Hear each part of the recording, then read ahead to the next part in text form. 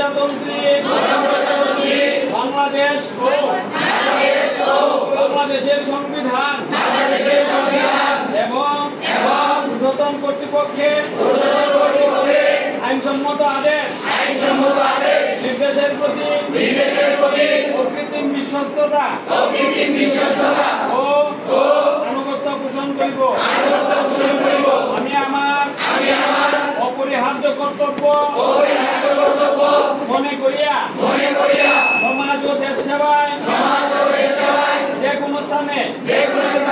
আমার উপর ন্যস্ত বাংলাদেশ আনসার ও গ্রাম প্রতিরক্ষা বাহিনীর যে কোনো কর্তব্য আমি সততা ও বিশ্বস্ততার সহিত পালন করিব এবং দেশের স্বাধীনতা